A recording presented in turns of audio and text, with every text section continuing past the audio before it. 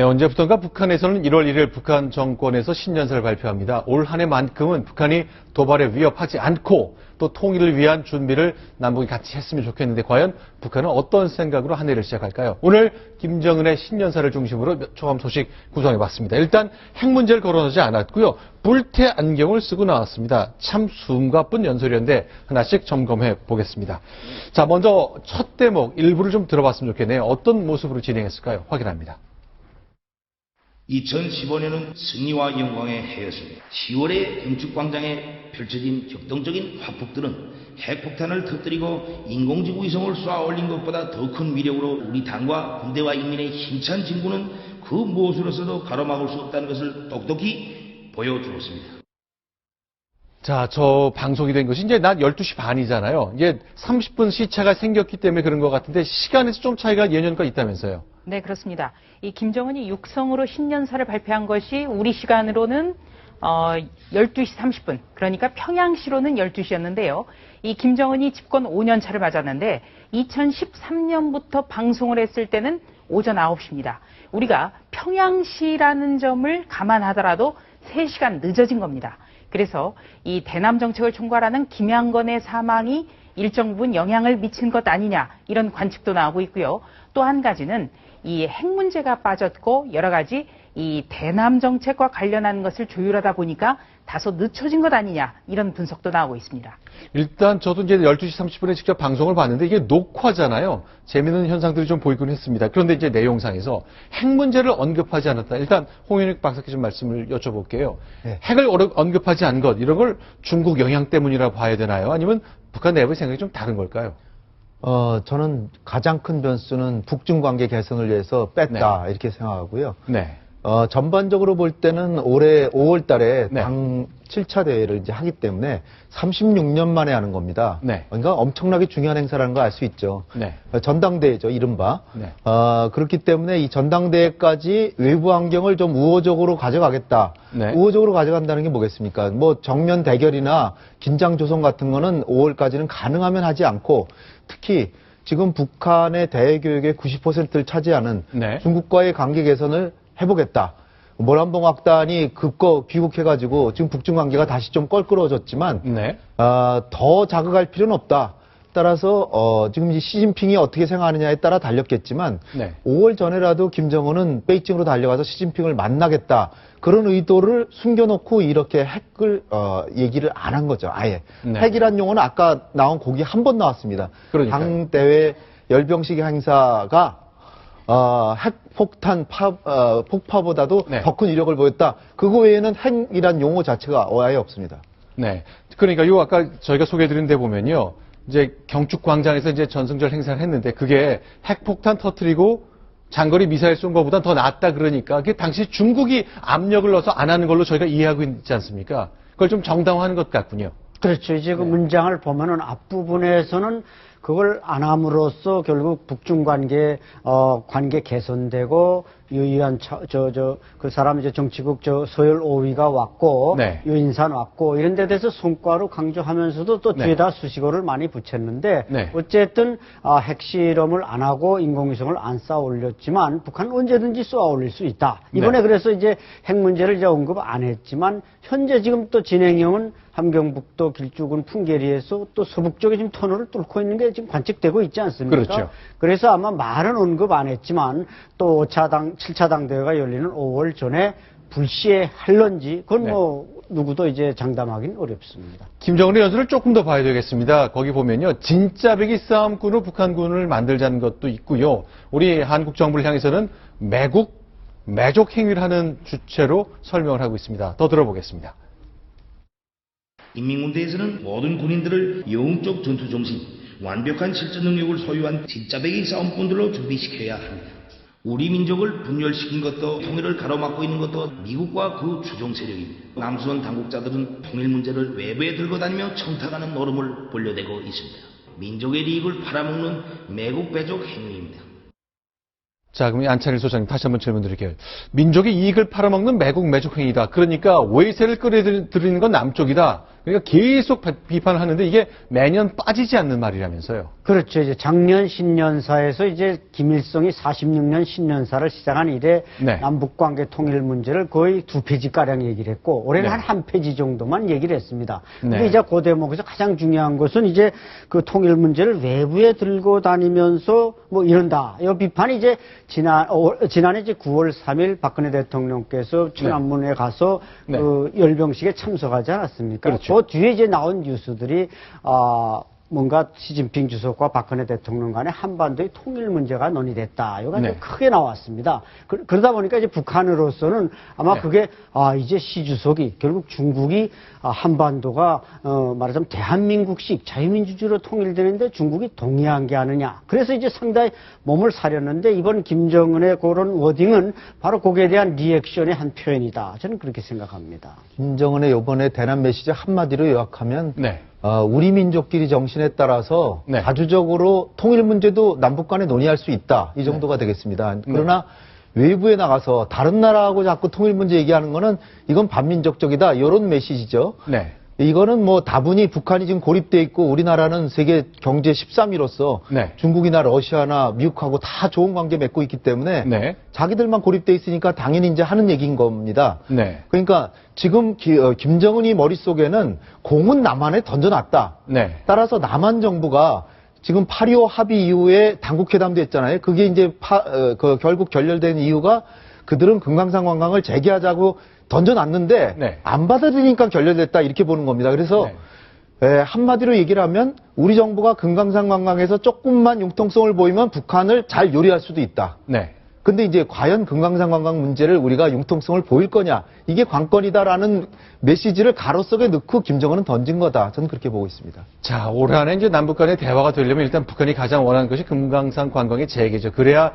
다 많은 액수의 달러를 손에 줄 수 있는 것인데 우리 정부에는 그동안 좀 난색을 표현해 왔습니다.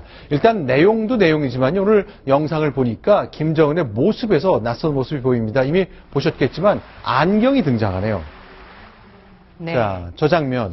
저렇게 검은색 뿔테 안경을 썼죠. 네. 네.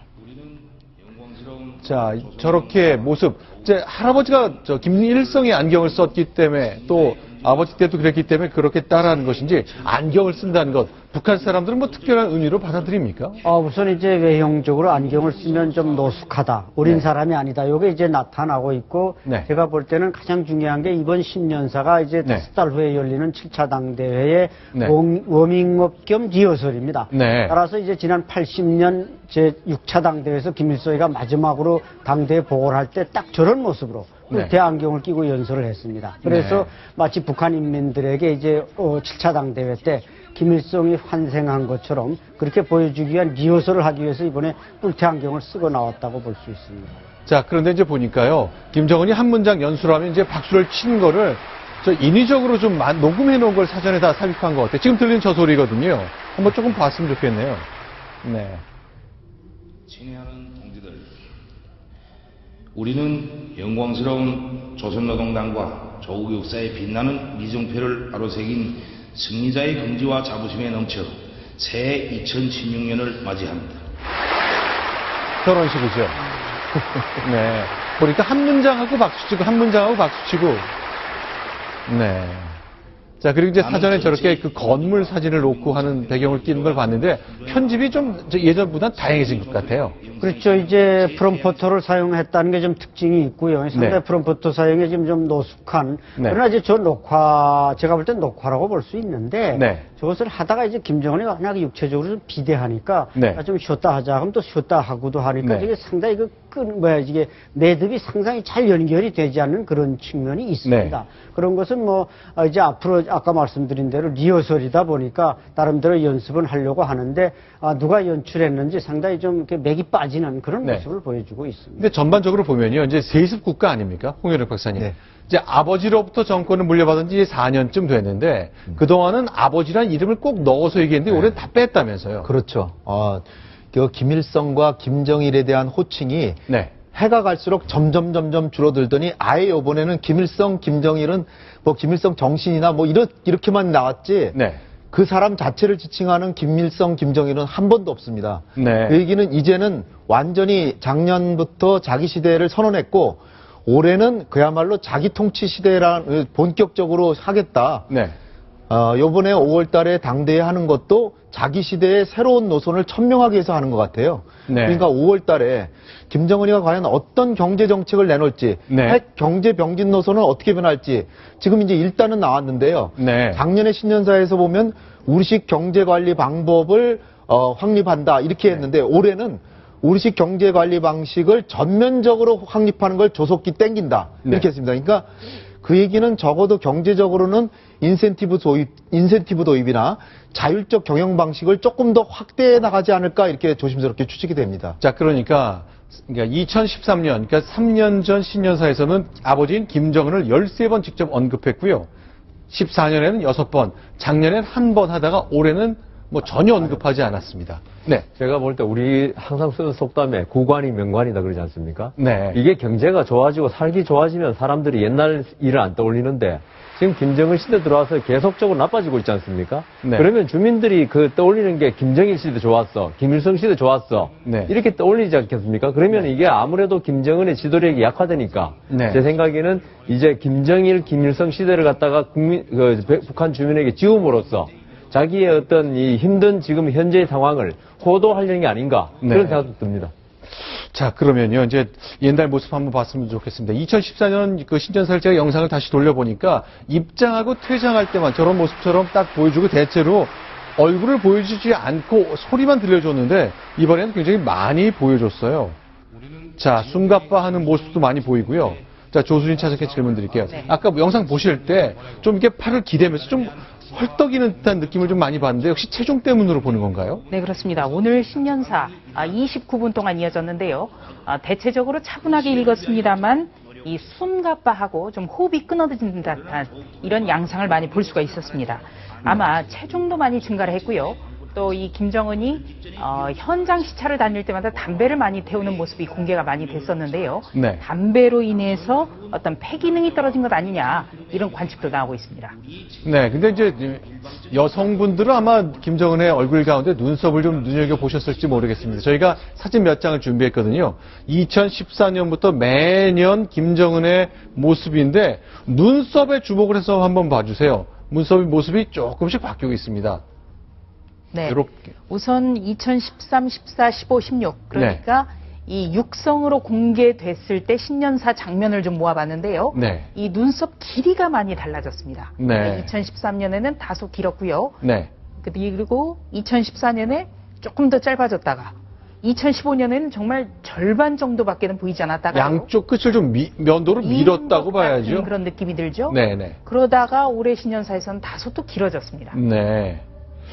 눈썹을 밀었다가 길었다 하는 것으로 뭔가 메시지를 전한다. 어떤 인상을 주고 싶은 걸까요? 북한 분들은 눈썹을 통해 뭔가 메시지를 받고 그럴 수가 있는 겁니까? 전 잘 모르겠네요. 북한의 뭐 연예인들이나 그렇지 일반인이 네. 저렇게 눈썹을 가지고 뭐 연출하는 법은 없는데 어쨌든 아마 그 담당 비형사가 어떻게든지 한 김일성을 닮게 하려고 무진해를 쓰는데 네. 그런 차원에서 눈썹이 좀 줄었다 늘었다 하는 것이지 저게 무슨 주는 특별한 정치적 메시지는 없지 않을까 그렇게 생각합니다. 일단 좀 짧다 그러면 네. 단호한, 2015년처럼. 용서하지 않는 그런 모습, 네. 어떤 자기 혼자 우뚝 쓴 아무도 나에게 함부로 할 수 없다는 강렬한 인상을 주는 것 같고요. 올해는 조금 이제 권력에 좀 여유가 생겨서 네. 좀 느긋하게 좀 눈썹을 더 길게 한 게 아닌가 네. 제 나름대로 그렇게 생각해 봅니다. 이게 뿔테를 쓴다는 것이 좀 지적인 이미지를 좀 줄 수 있고 그렇다고 봐야 되는 건가요? 2014년에는 장성택 처형하고 나서 그때 확 짧아졌잖아요. 그렇죠. 그거는 이제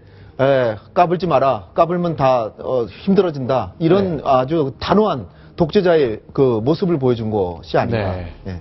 그랬다가 네. 눈썹이 좀 다시 길어졌고 좀 부드러운 뿔테. 안경 부분은 저 당뇨가 있어가지고 당뇨가 되면 좀 시력이 안 좋아진다 그래요. 그래서 네. 당뇨 가능성도 있고 아까 안 선생님 얘기하신 것처럼 김일성을 흉내내고 네. 또 하나는 좀 나이가 아직 어리니까 네. 좀 노숙하게 보이려고 그런 이미지 메이킹 차원이 아닌가 이렇게 생각됩니다.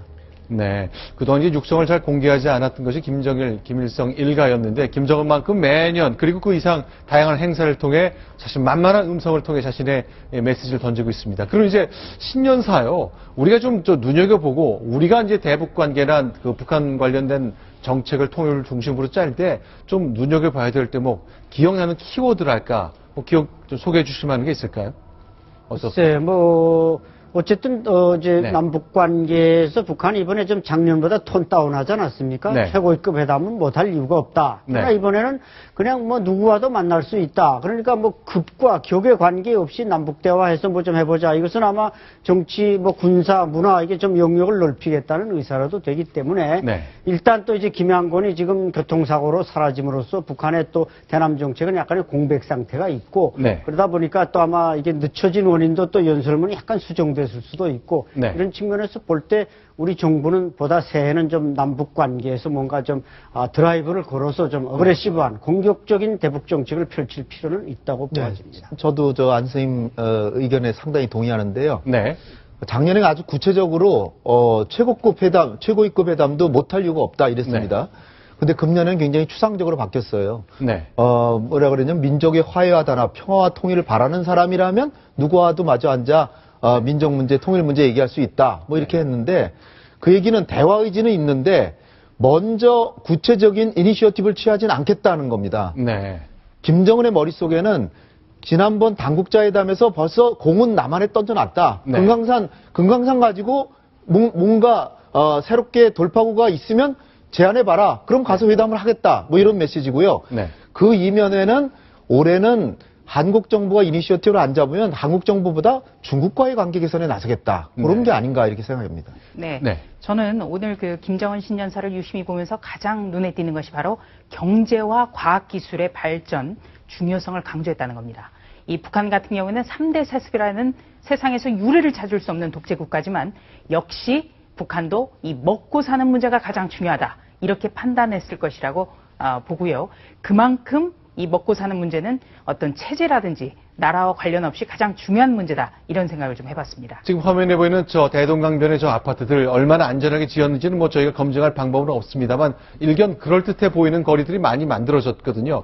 북한도 과연 전반적인 평양뿐만 아니라 온 주민에 대한 민생 문제에 대한 관심과 집중, 과연 얼마나 할 수 있을지, 선군 정치의 나라가 바뀔 수 있을지 올해 안에 지켜봐야 할 포인트가 아닌가 싶습니다.